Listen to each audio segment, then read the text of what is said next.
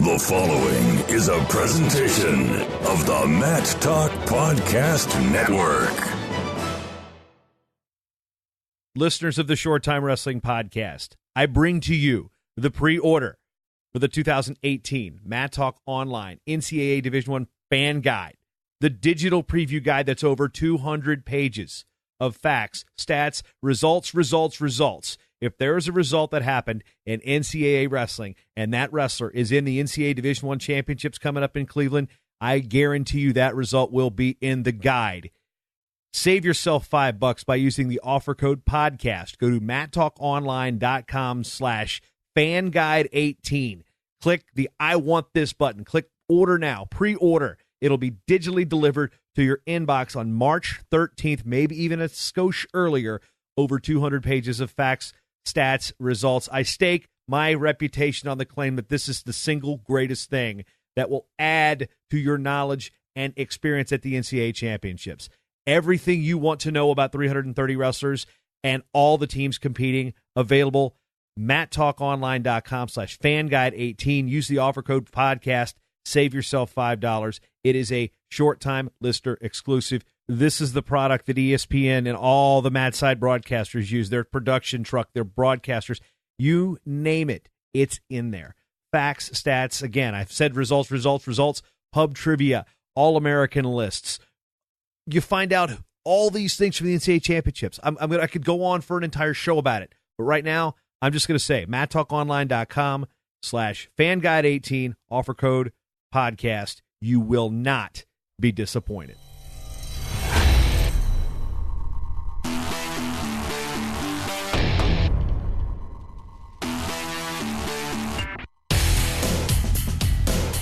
Traditions are hard to come by in the world of podcasting because we haven't been around that long. But this show, we're starting what I hope to be is a new tradition. This is the second year we've done it.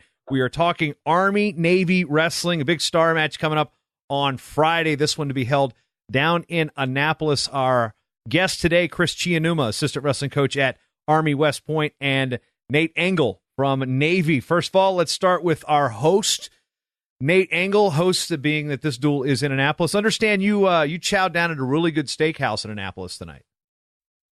Yeah, I went to Luna Steakhouse, which is owned by Mac's family and Sam Lunas. So great dinner, great place to get a good steak. And there's a connection there, not just because there's the EIWA connection because Mac wrestled at Cornell, but Sam wrestled at Oklahoma State, which is where Chris Chionuma finished his career. And I understand you guys are going there like when you get to Annapolis, Thursday night. Thursday night, we're going to the Luna Steakhouse. It's going to be amazing. We go every year. I'm so jealous. I'm so sad because it has been on my list ever since I did the national rankings, and I had Mac ranked number 1 over Dave Rella, and it was like this big conversation between the folks in Ohio and the folks in the East on the Eastern Seaboard because geographically Ohio is not the East Coast, people, but I just remember talking to Charlie. He's like, "You got to come by the steakhouse," and I've never. Last time I was in Annapolis was 2008. Man, I'm gonna have to just make a special trip. So maybe I'll have to do it one of these years for Army Navy, and I can join both of you guys and get 2 straight nights of Lunas' Steakhouse. I like that idea. Definitely, yeah.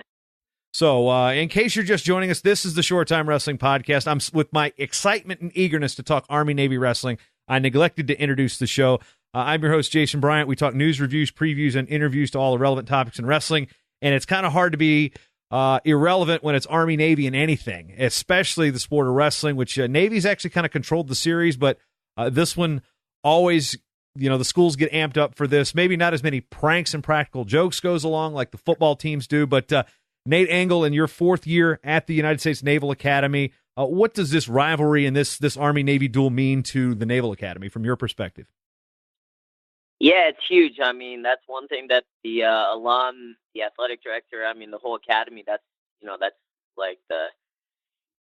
the biggest rivalry, that's the match that matters the most. And, it doesn't matter what your record is going into it. Doesn't matter if you have seniors wrestling, freshman wrestling, it's a whole different duel.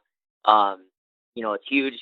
So, Friday night's a big duel for the both of us, and just excited to get to Friday and get to wrestling. And Chris, you're going into your third Army Navy duel, and it's been it's 1-1 in your tenure at West Point. Excuse me, Army West Point. Let's go with the full athletic preferred nomenclature here. But what have you seen from this rivalry that makes it really fun to coach with?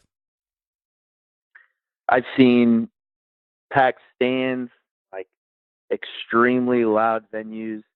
I've seen like colonels, generals screaming, stalling. I've seen it all. Like, and especially from my point of view, where I can see my guys and how much they care about the dual meet, the result of the match, and the rivalry.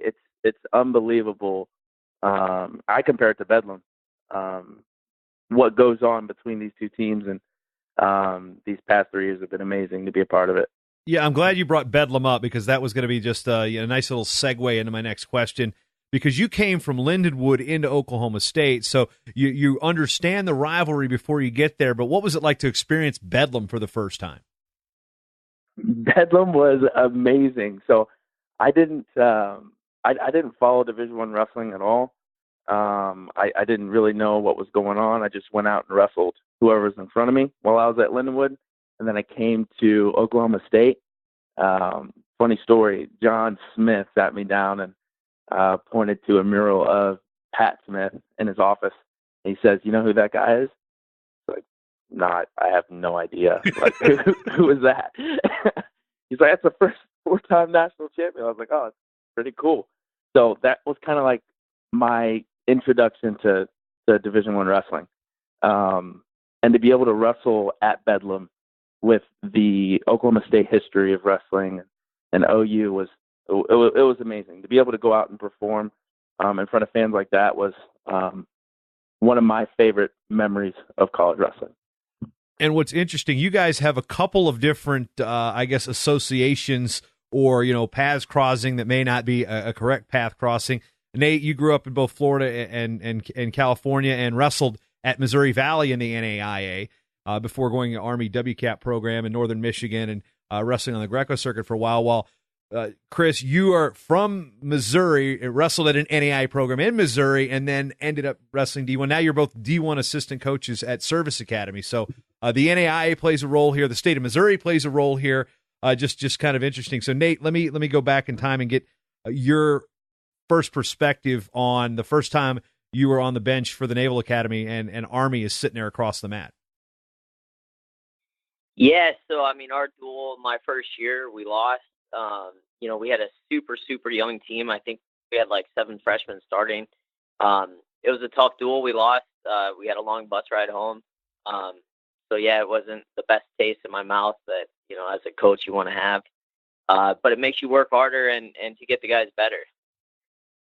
Was that the trip that Sherritt turned and yelled at the guys saying this is the first time we've lost to Army in 20-something years? I don't know why you guys are so happy. Yeah, we were driving back and a bunch of guys were doing homework and stuff. And yeah, it was, I didn't know what to say on the bus ride home. But yeah, Coach yelled back, and that was the first time in a long time that they had lost the Army. And, it was our first year. 18 years technically, so that would have been the 2015 loss, and the previous loss was 1997. To give you listening some understanding of what the context of what Nate's talking about here. Yeah, it sucked. I mean, there's no way no other way to say it, but it sucked, and but these things happen every once in a while, and unfortunately, it had to be our first year. But we're getting better, and as they are as well. So, it's a great rivalry. I think, not to speak for Chewy, but, we've talked a lot, and, our goals as a staff, and I'm sure their staff, as we talked about it, is to put guys on the podium and not just, of course we want to beat each other, but we want to make our programs into powerhouses. Nate, you had the opportunity to coach with Coach Sherritt at the United States Air Force Academy when you were spending time in Colorado Springs. Just after your Greco-Roman career came to a close. And what's unique about a service academy that you've seen that are similarities between Air Force and the Naval Academy? And I guess you're going to have to assume it's kind of similar up at Army. Yeah, I mean, first and foremost, going to work every single day with those those young men that raise their right hand and do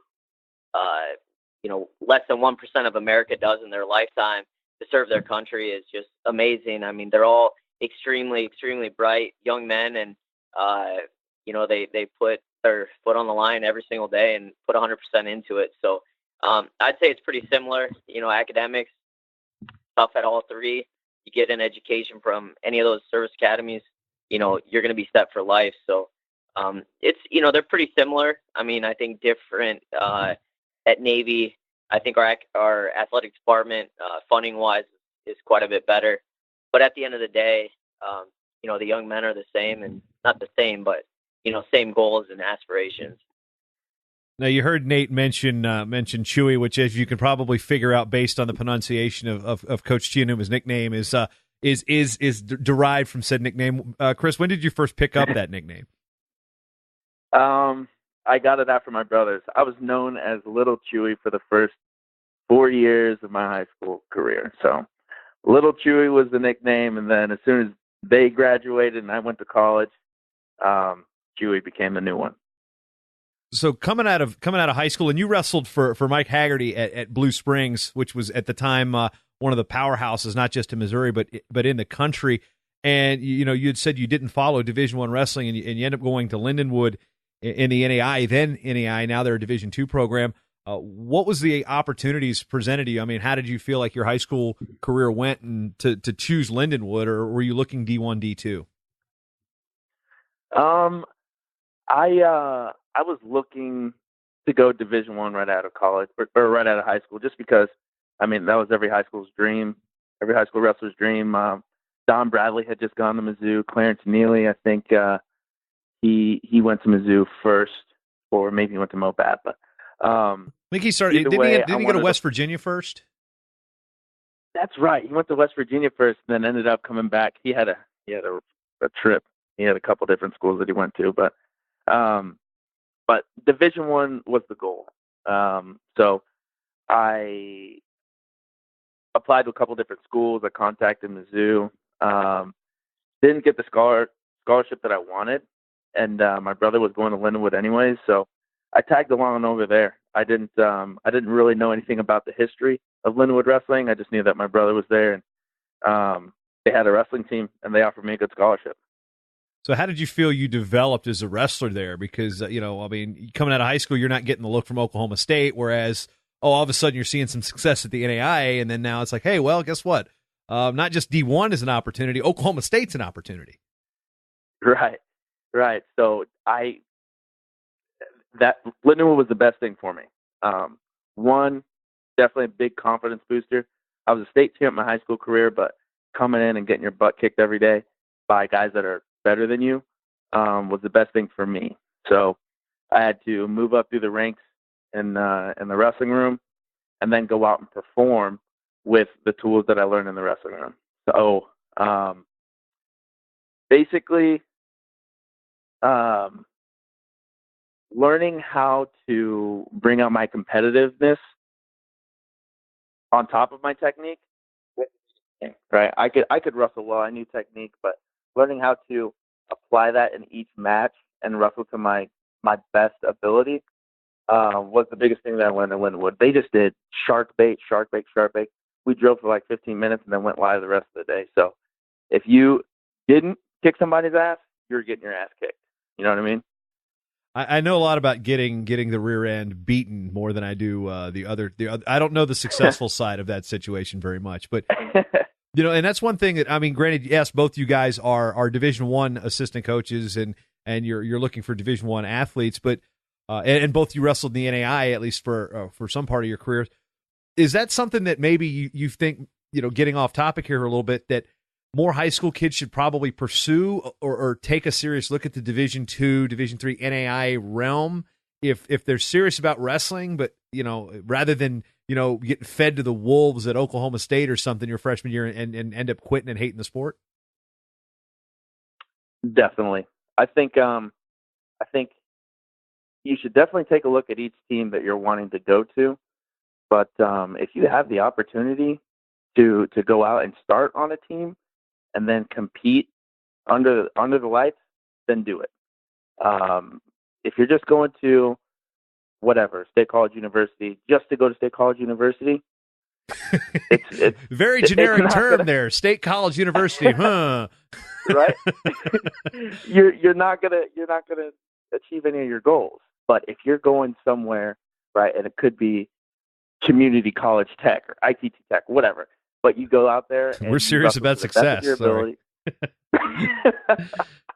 you wrestle at Phoenix University, you're going to go out there and wrestle as hard as you can, right? It's about the goals that you set. If your goal is just to wrestle at State College, go wrestle at State College, but you might not be anything. If you want to be a national champ, there's other levels, and those levels create avenues to go Division I.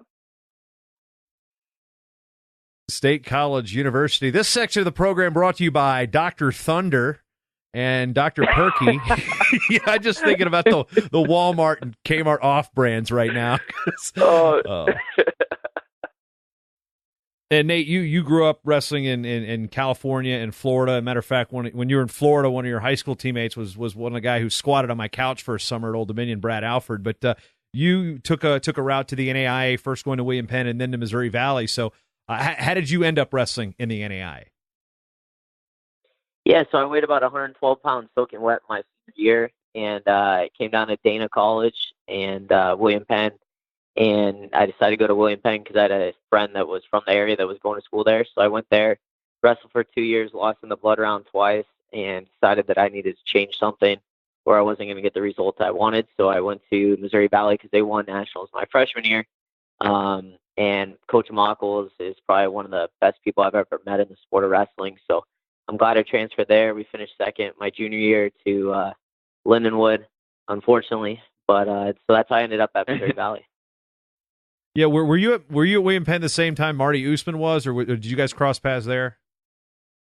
Marty came, I think, a year or two after me, but I definitely knew Marty when he was there, and then at the training center as well. Yeah, just it's funny how all these roads cross through the non-traditional means. So it's one thing I like about the smaller divisions of wrestling is just the personalities you meet. So your career, then you decide to go the Greco-Roman route and head up to one of the coldest places in the continental United States, in Marquette, Michigan, and train in Greco with alongside basically a group of Greco-Roman athletes that really changed the face of American Greco. And describe that experience going to school at Northern Michigan, and then saying, all right, I'm on the national team. What the heck?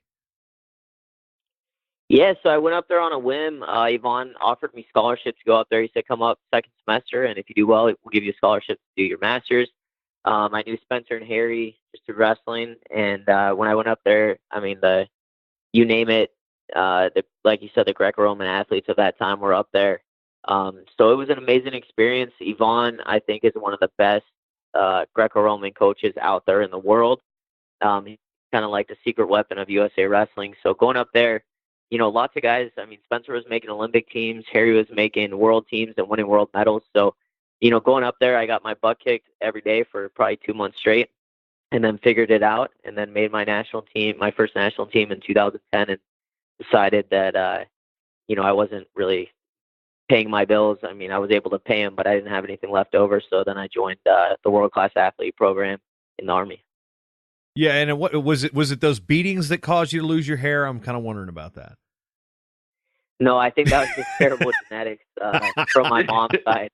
But, probably the front headlocks that we used to go over a lot with Yvonne. I'll probably just, thanks to Spencer for letting my hair go. Now, there is one thing you mentioned genetics. I do. There's a plug here that I never got to talk about when your dad was, believe it or not, wrestling in his 50s. Tell us about that story a little bit. So my dad decided in 2008 to go back to college and wrestle his fourth year of eligibility, because he went to UC Davis in the 70s, graduated 3 years and a quarter. My grandparents being Holocaust survivors from Hungary, they wouldn't have understand why he would want to go back and wrestle his fourth year. So he went on about life, decided he was going to go back and wrestle his fourth year in his 50s, won about 50% of his matches like he did in his college career, qualified for nationals. The security guard at nationals told him, hey, you're crazy. They probably just thought he was a crazy old man. and tried to kick him out of the tournament. But he still wrestled his 2 matches, lost to the national champ and to the 3rd place finisher. Yeah, so the NCAA, another small college division, actually, well, not smaller colleges, but it's the collegiate division giving grandparents a chance to wrestle. Actually, was your dad a grandparent at that time yet? No, not yet. Okay, no. Just wonder. Now, as we circle back to Army Navy, we were poking a little bit of fun at Nate's hairline, which just kind of comes with the territory. But Chewy, your career, once you went to, actually, I want to go back to this Blue Springs thing real quick, because I remember at the National Duels one year up here in Minnesota, you're in your last year at Oklahoma State. Chionuma's Haggerty's freaking reffing this. Your high school coach was reffing your match. Explain that situation for us.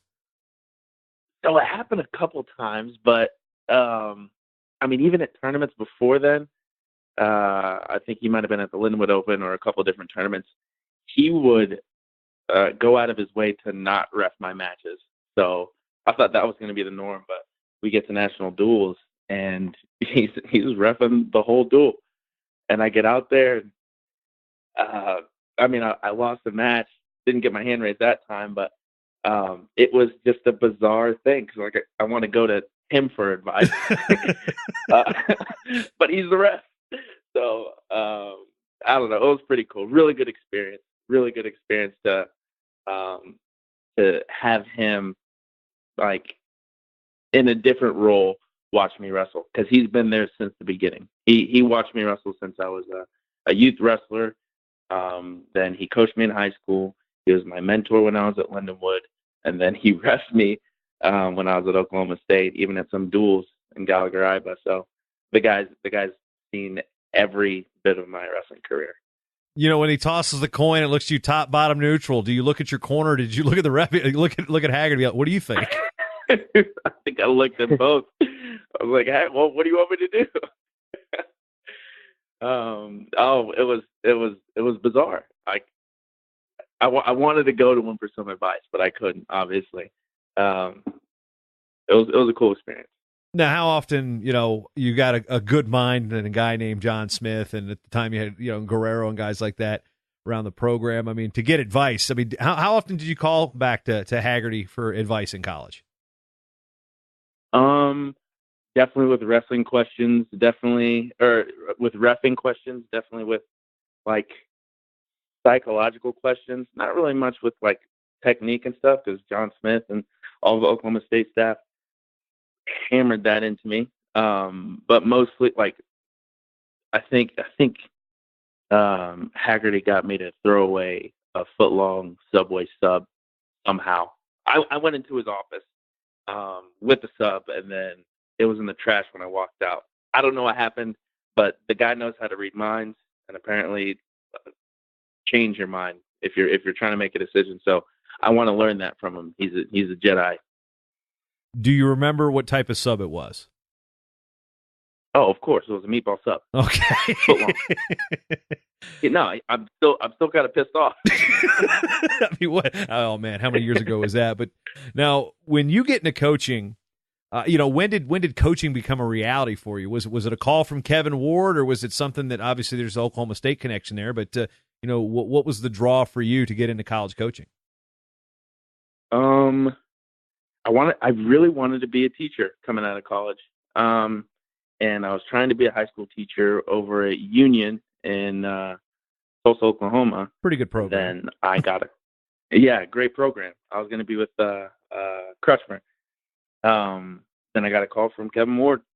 Kevin Ward said, come down to Arkadelphia, Arkansas. I said, what? He said, come down to Arkadelphia, Arkansas. I said, okay. History ever since. Yeah, you guys led the Tigers to a 4th place finish at the NCAA Division II championships. Got a trophy out of that. Interesting enough, it's Kevin Crutchmer's now the head coach at Ouachita now, and which is there's so many different paths we got crossed here. Now Kevin gets the job up at West Point. You take over the interim role as a head coach for your. What did you learn about college wrestling and running a program the year you were the interim head coach? What did I learn? That is such a good question. All the administrative work behind it. one, and then two, how difficult it is to manage up to 40 wrestlers. And you wanted to be a teacher. Then how much I wanted to be a teacher, but like when you're trying to, it's not about like just teaching them math. Like you spend all day with these guys. Like I'm trying to get them to believe in themselves in order to get the best wrestling out of themselves. So I have to teach them how to be, good men, good character, and then technique, and then how to apply that technique out in your matches. It's a 24-hour job, right? And I mean, I'm sending texts to the kids, like early in the mornings or late at night, just to keep their mind focused on their goals that they may or may not have set yet. Like I believe that they can be national champs or they can be All-Americans. So I keep instilling that throughout the day, throughout the year. So it's a long process. Being a national champ doesn't start on a Tuesday. It starts from that first day they step in the room, and it keeps going. Now I'm going to drive in how you guys got into Division I coaching. There's a relationship there with both Coach Ward. I'll start with you, Nate, because the proximity of the United States Air Force Academy to Fort Carson and the United States Olympic Training Center. It's a short trip, pretty much wherever you live in the Springs, unless you're up in Monument and the snow comes in. But why did you pursue a Division I coaching job when you look around at your peers? A lot of them in Division I, they're All-Americans. They're usually at their alma mater. They're not NAIA Greco guys. Yeah, for me, I just knew I wanted to get into coaching, but I didn't think it was going to be that soon. Actually, everybody was at the World Championships. I didn't go with Spencer that year. Jason Kutz, who wrestled at Lehigh, also wrestled at WCAP, was our freestyle coach and said, hey, I know a guy up at the Air Force Academy, the head coach, Joel Sherritt. Why don't you go up there and work out? So I worked out with Josh Martinez and then their 33-pounder who was a national qualifier the next year for Air Force. So I went up there, just literally worked out with the team, had a great workout, was getting ready to leave, and Coach Sherritt, who at that time I had no idea, and I'm a big wrestling guru, so I don't know how I didn't know who he was. He's a 3-time NCAA finalist and national champ wrestler for Dan Gable. But anyway, so I got off the mat. He said, hey, we have a volunteer position open up. We'll give you X amount of dollars. You should look into it. I immediately went home, called my dad, talked to my girlfriend at the time, who's now my wife, and it seemed like a great idea. I talked to Sean Lewis. Sean's like, you should take advantage of this. These type of opportunities don't come around very often. So I volunteered that whole season. So I just basically worked out with the guys when I was in town. I wasn't traveling. And then after the NCAA tournament, Coach Sherritt took the job at Navy, and he called me and said, hey, do you want, if you want a job, let me know. I couldn't sleep for about 3 days. I took the job, and then 4 days later, I moved to Annapolis, Maryland. Had never been here before, and 4 days after that, I sold my house in Colorado Springs. So, I got into coaching a lot sooner than I thought I was going to, but it was a great opportunity and just couldn't pass it up. What have you learned the most in these last couple of years about, the behind-the-scenes aspect of Division I coaching? Yeah, kind of like what Chewy said was, I always tell everybody I'm too young to have kids in college. But, it's like you have like 40 to 50 little brothers that you got to help take care of because, even though they're 18 to 22, 23 years old, they're still growing every single day, and they need your help, not just on the mats, but life. They need help in life. They need help in the classroom. They're away from mom and dad for the first time and they have struggles just like everybody else. So that was one big thing was, when I was at WCAP, it was just like you went in, you practiced and that was it. But everybody was like grown up.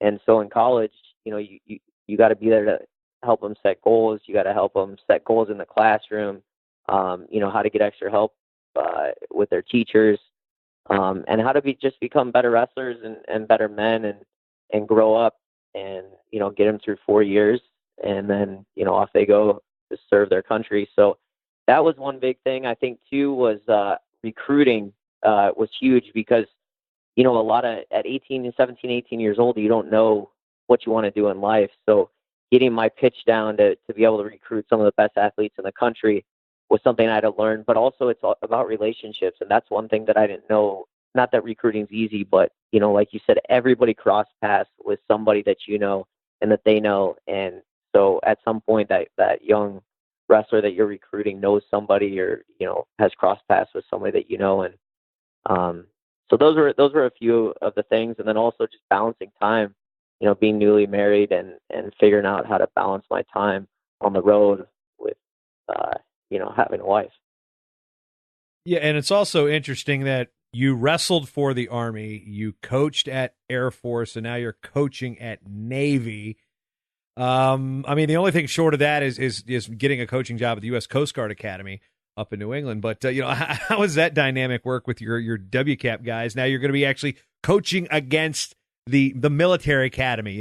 The guys that were leading people into battle for your guys in WCAP. I mean, this is it all comes full circle, and paths are crossing everywhere.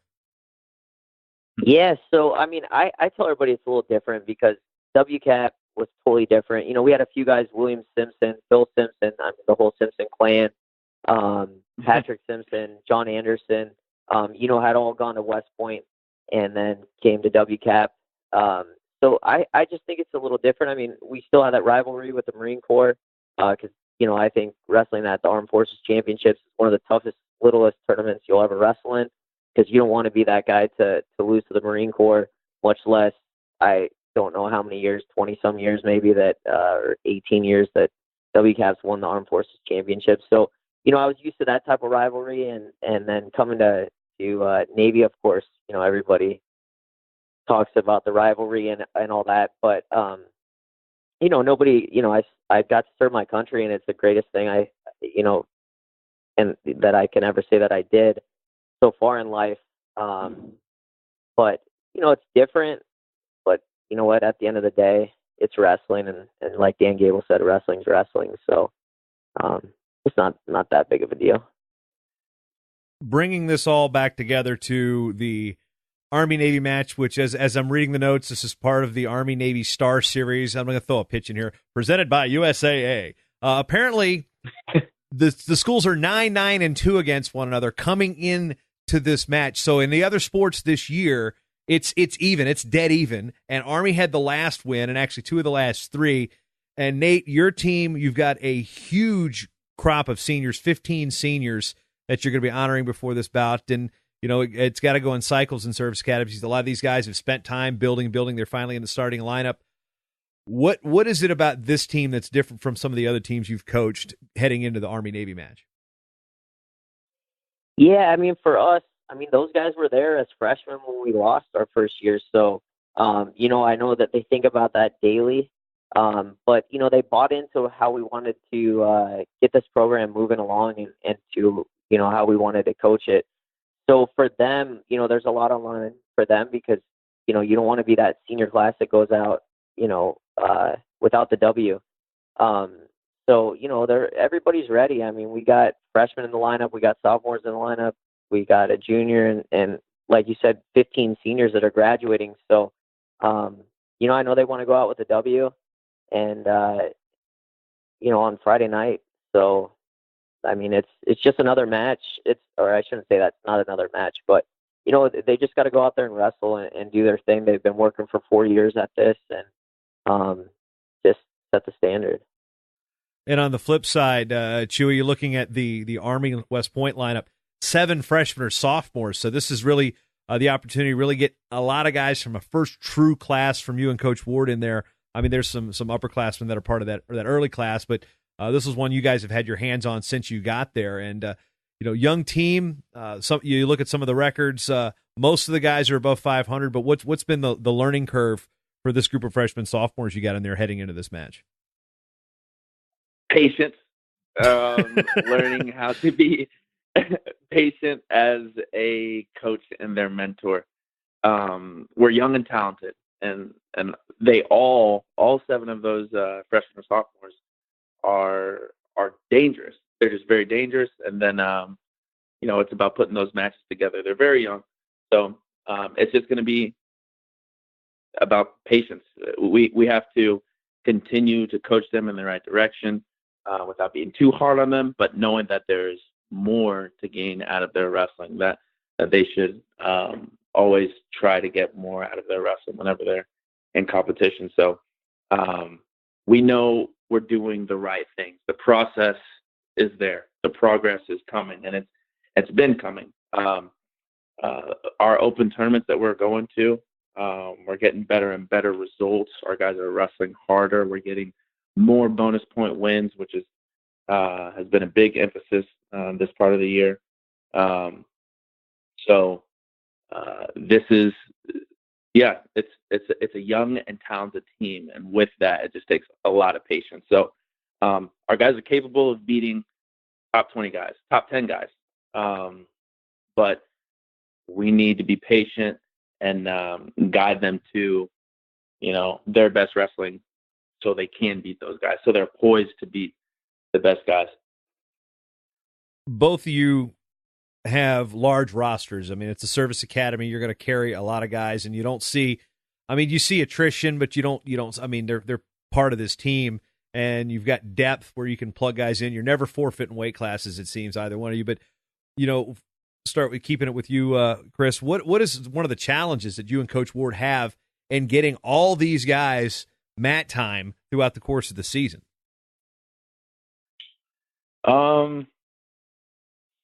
It's not too well. Yes, this is the challenging part. Is focusing on all 50 of them. Right? We started out with 51 guys on the team.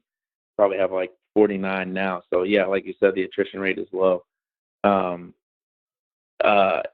It's hard to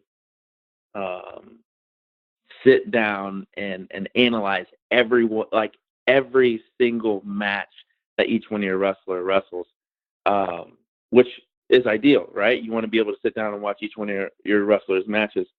So not every time do we get to do that, but and same thing in the room. When, especially during this part of the season where it's more dual meets and it's more focused on the starters, we start shifting our focus to our 10 guys, or our 10 or 13 guys who are in and out of the starting lineup. So not that the rest of the guys don't get coaching, but we definitely are focusing most of our time and effort on creating a good product to go out and compete in duels, compete at the conference tournament and at nationals.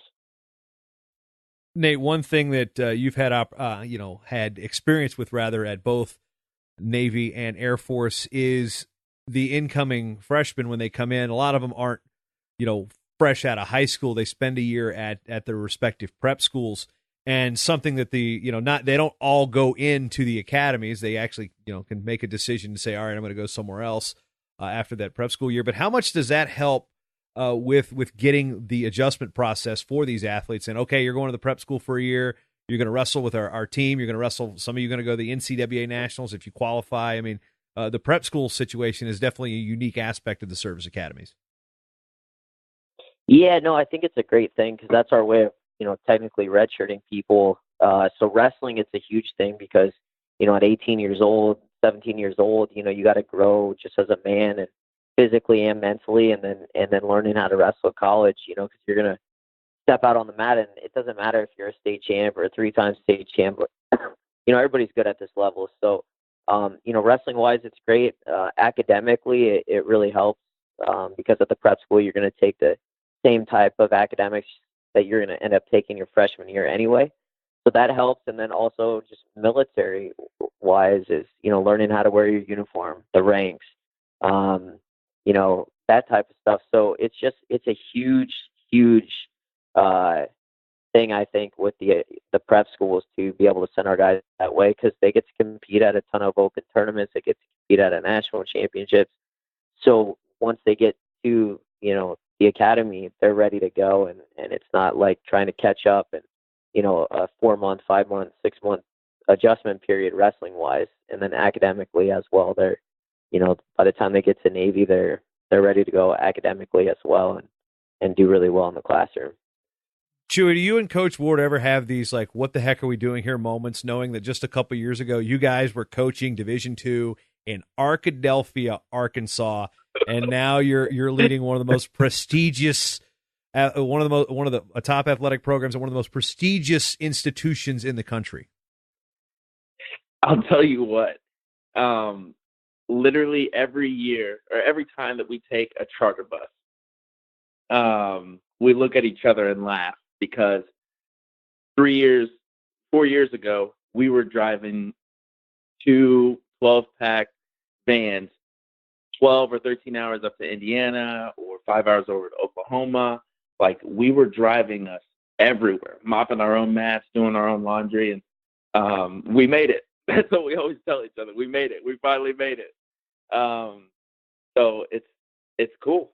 Yeah, it's really cool, and that's the dream. But the resources that we have here at West Point are unmatched. We're very thankful for everything we have, especially our really nice wrestling room, our weight equipment in the wrestling room, and then our support we get from our administration. They are the ones who make our job fun, and they're the ones who let us focus on recruiting the best wrestlers and coaching really good technique and teaching these guys how to be great men of character. Coach Ward is from Tennessee, whereas if you look at the coaching staff of Navy, Cody Cleveland's from Tennessee, Lori Rogers is from Florida, Nate Engels is from Florida. We got all, again, there are so many places that we can connect the dots with Army Navy. I guess the last question to ask is Coach Engel, who's going to win, Army or Navy?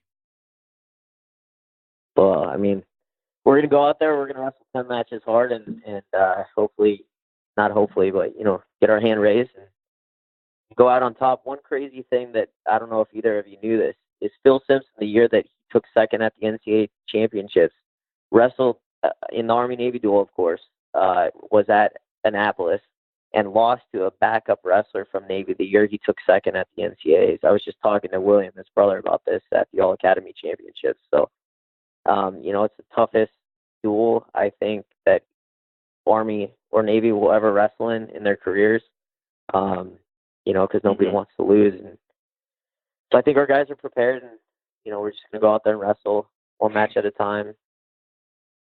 All right, Chewy, I'm looking for you for the non-coach speak answer. The one match at a time, hand raise. Okay, who's going to win, Army or Navy? Army's winning. Army's winning. All right, Nate, I'm going to give you a chance to respond here in a minute, but go ahead, Chewy. Nate's absolutely right. It doesn't matter. Killing me. It doesn't. I'm sorry, but he is absolutely right. Like, you could send out top 5 guy, and then you could have a backup, and they can both wrestle. Those guys are going to wrestle as hard as they possibly can because of the rivalry they're wrestling in. And that's how it is every year.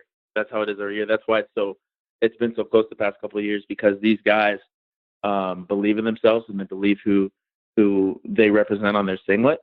And I'm confident in our guys. We have a very young and talented team, and talent's going to show out this weekend. Army Navy, the 62nd meeting. Let's see. The current count is 49-2-5 in favor of the Naval Academy. If you want to check out meeting number 62, it is at 7:30 at Alumni Hall on the campus. Is that the way we say it, Nate? You guys call it a campus in Annapolis? The Yard. At the Yard, Alumni Hall. Live streaming, available for free at navysports.com or patriotleague.tv. I tell you what, Chewy, we've kind of crossed paths over the years, but the first time we've really got to sit down and get an insight into what makes you tick. And Nate Engel, we've joked around for years about strongbow draft classes and the Olympics and Baku, Azerbaijan, who knows what else. But best of luck to both you guys tomorrow. I'm stoked that some good people are coaching at our service academies, and good luck the rest of the season as the EIWAs and NCAAs are looming. Thank you. Thank you so much for having us. The Short Time Wrestling Podcast is proudly outfitted by Compound Clothing. Shirts, singlets, custom gear orders, everything you need. Call up Cliff and the crew at cmpteamwear.com.